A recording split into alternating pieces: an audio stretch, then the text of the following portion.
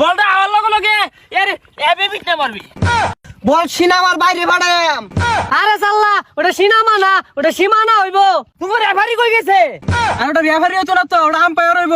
Umpire সকালবেলা ভাত খাইয়া গেছে, আলু গুড়া ছানা মধ্যে খাস তেল দিছে না, এর আগে আম্পায়ার আইছে না। আরে আলুগুলো ছানা দিয়ে ভাত খাওয়া লাগবো, এগুলো কথা হুটকি ছাড়া খাই পাইছি না। শোনো এবা যে মিলে আঙ্গুর বরিশাল নিয়ে আলোচনা শুরু হয়ে গেছে গা, এই খেল তো আঙ্গুরকে ঠকাই পাইতো না।